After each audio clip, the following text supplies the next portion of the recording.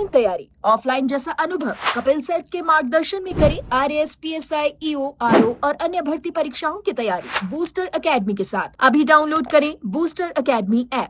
चतुर्श्रेणी कर्मचारी भर्ती के 44,000 युवाओं का इंतजार खत्म हुआ।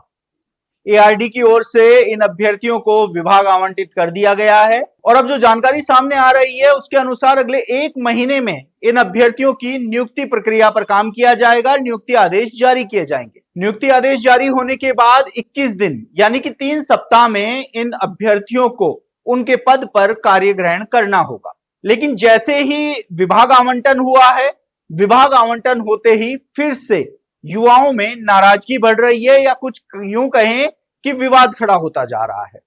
आपको बता दें कि जब रोजगार मेला आयोजित होने जा रहा था तो इस भर्ती को शामिल करने के लिए तेज गति से काम करते हुए इसका अंतिम परिणाम जारी हुआ और उस समय एक बात सामने आई थी कि कंप्यूटराइज्ड जो रैंडमली विभाग आवंटन है वह इन अभ्यर्थियों को किया जाएगा। लेकिन उस समय ये बात भी काफी चर्चाओं में रही कि यदि रैंडमली विभाग आवंटन किया जाता है तो अभ्यर्थी कोर्ट का दरवाजा खटखटा सकते हैं। तो आखिरकार हुआ वो ही।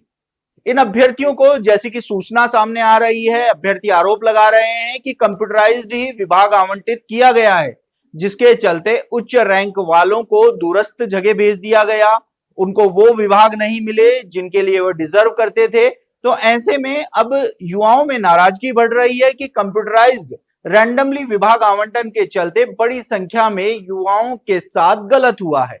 और अब जो युवा हैं वो हमसे संपर्क कर रहे हैं और वो कह रहे हैं कि उनकी मांग को उचित स्तर तक पहुंचाया जाए ताकि ये जो कंप्यूटराइज्ड विभाग आवंटन हुआ है इनके चलते जिन अभ्यर्थियों के साथ नुकसान हुआ है उनके साथ इंसाफ हो।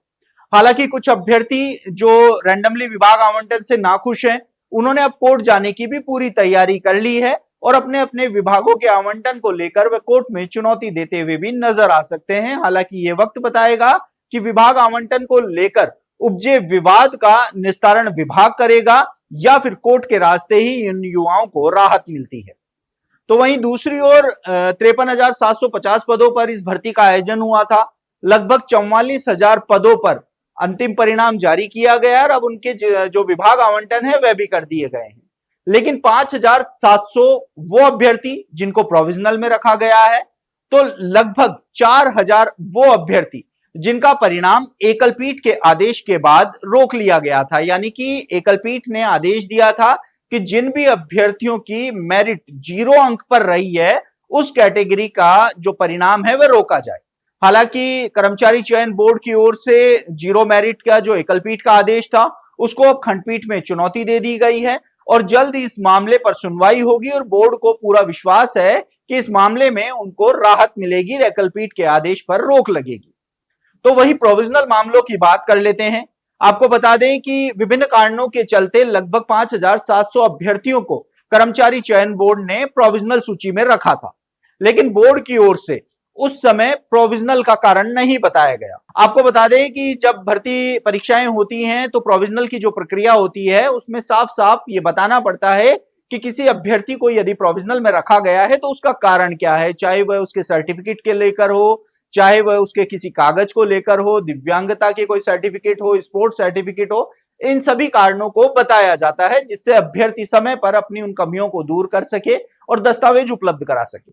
लेकिन आनन फानन में इस भर्ती को करवाया गया तो ऐसे में प्रोविजनल अभ्यर्थियों की जो लिस्ट है वो तो जारी कर दी गई लेकिन कारण नहीं बताए गए। ऐसे में अब इन प्रोविजनल अभ्यर्थियों ने मांग उठाई है कि जल्द से जल्द इनके प्रोविजनलों को क्लियर करते हुए इनका भी विभाग आवंटन हो और इनकी भी नियुक्ति इन 44,000 अभ्यर्थियों के साथ ही की जाए, जिससे इनको ज्यादा जो है वो इंतजार नहीं करना पड़े, क्योंकि पटवारी भर्ती है, पशुचर भर्ती है और अन्य भर्तियां हैं। प्रोविजनल मामलों को क्लियर होने में साल साल भर का समय लग जाता है।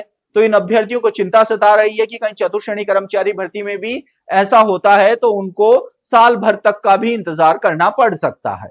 ऐसे में अब देखना होगा कि जहां विभाग आवंटन को लेकर अभ्यर्थियों में नाराजगी बढ़ रही है, प्रोविजनल मामलों को लेकर जल्द से जल्द क्लियर करने की मांग उठ रही है, तो वहीं दूसरी ओर एकलपीठ के आदेश का अब जो खंडपीठ में चुनौती दी गई है तो खंडपीठ में होने वाली सुनवाई पर भी अभ्यर्थियों की नजरें टिकी हुई हैं।